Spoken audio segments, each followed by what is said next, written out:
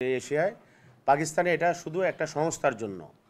পাশাপাশি আমি আজকে যারা ক্ষতিগ্রস্ত, আমরা যারা এই যে বেকার সমস্যা হবে বাংলাদেশে, আমরা যারা ব্যবসা করি তাদের আপনার ব্যাংক লোন আছে, আমাদের ব্যাংক লোন আছে, আমাদের পরিবার আছে, আমরা একটা অসহায় অবস্থায় আছি।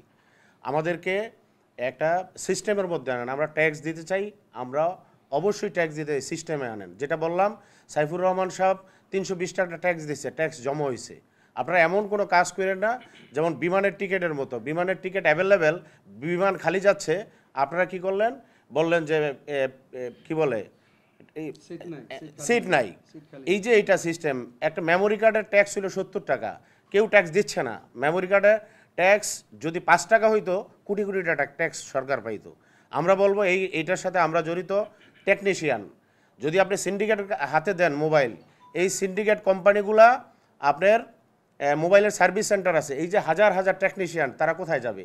আপনার মোবাইলটা যখন আপনি ঠিক করতে যান, আমার মার্কেটে আসেন, তাদের কাছে ঠিক করেন, তাইলে এই টেকনিশিয়ানদের কী করবেন? মোবাইল অ্যাক্সেসরি যারা ব্যবসা করে তাদেরকে কি করবেন? এই যে ব্যবসা থেকে আমাদেরকে একেবারে দূরে সরায় দিচ্ছেন, কাদের ক্ষতি করতে চান আপনারা একবার চিন্তা করেন। আমার রুজি রোজগার এখানে, আমি ব্যবসা শিখছি, এই ব্যবসা আমি তো অন্য কোনো ব্যবসা শিখি নাই। যদি আপনি বেকার করেন, আমাদের এই বাংলাদেশের যারা আমরা ব্যবসায়ী আছি, পর থেকে বেকার হব, এরপর ইয়াং জেনারেশন তারা কি করবে? বেকার হইলে বিভিন্ন অপকর্মের সাথে জড়িত হইব। এইগুলা যদি আপনি বলেন ছিনতাই, রাহাজানি, এগুলো বেড়ে যাচ্ছে, বেড়ে যাবে। এই কারণে আমি বলছি যে আপনারা এই এনএআরআই সিস্টেম যে বাধা আছে, বিটিআরসির যে বাধা আছে, এই বাধাগুলো উন্মুক্ত করেন। আমরা ব্যবসা করতে চাই, আমরা ব্যবসা করি, ট্যাক্স দেই, ব্যাট দেই, রিটার্ন দেই, সাথে সাথে জাকাতও দেই। আমরা কিন্তু একেবারে না, আমরা জাকাত দিয়েও ব্যবসা করি, মানুষের বৎসরে জাকাত দিই। কিন্তু আমরা এমন কোনো পর্যায়ে আমাদের নিয়েন না, আমরা একেবারে আমার পেটে লাথি দিয়েন না। কারণ আপনি গভর্নমেন্ট আমার ব্যাংকের ইনস্টলমেন্ট দিবেন না, আমারটাই দিতে হবে। আর না হইলে আমাকে ব্যাংক, আমি যখন ইনস্টলমেন্ট দিতে পারবো না, আমি তখন কিন্তু আমাকে আইনের কাঠগড়ায় দাঁড় করতে হবে। আমার এই যে ব্যবসা, দোকানপাট, সব এগুলো বেকার হয়ে যাইব। আপনারা যারা এই সিন্ডিকেট, যারা আজকে দেখেন এই যে এনএআরআই সিস্টেম, এই সিস্টেম কারা গভর্নমেন্ট চালু করতেছে, কিন্তু এটার টোটাল ইনস্টলমেন্টের টাকা কারা দিচ্ছে? টাকা দিচ্ছে এই 9টা কোম্পানি। আপনি জানবেন এটা ওপেন 11 কোটি টাকা, 11 কোটি 40 লাখ টাকা এই সিস্টেমের টাকা দিছে হইল আপনার এই মোবাইল এই কোম্পানিগুলা। কেন গভর্নমেন্টের কি টাকা নাই? বিটিআরসির টাকা নাই?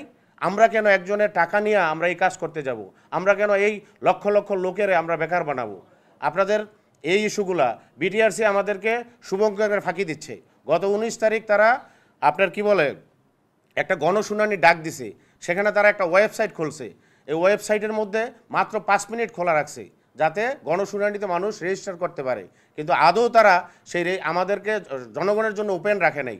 আমরা রেজিস্টার, আমরা কি বলে ওই মানে ওখানে যাওয়ার জন্য যেই রেজিস্টার্ড হইতে হয় সেটা আমাদেরকে দেয় নেই। পাবলিক গণশুনানি মানে এগুলো হলো শুভঙ্করের ফাঁকি, তাদের ইচ্ছা।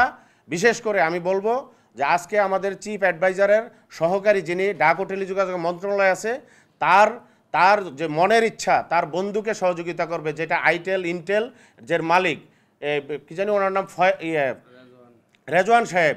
ওই রেজওয়ান সাহেব তার ডাক ও টেলিযোগাযোগ মন্ত্রণালয়ের দায়িত্বে যিনি আছে, তার বন্ধুকে খুশি করার জন্য এগুলো করছে।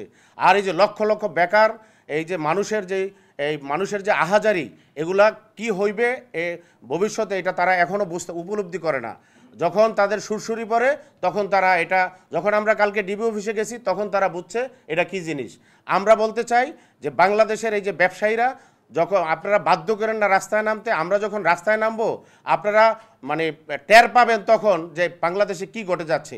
একটা ছোট্ট ইস্যুতে ফ্যাসিস্ট সরকার কিন্তু পতন হয়েছে, কিন্তু আমাদের এইটা ছোট্ট বললেন না, আমরা 30 ঊর্ধ্ব লোকজন এখানে ব্যবসা করি, আমাদের সবচেয়ে মেধাবী লোকগুলো এখানে ব্যবসা বাণিজ্য করি।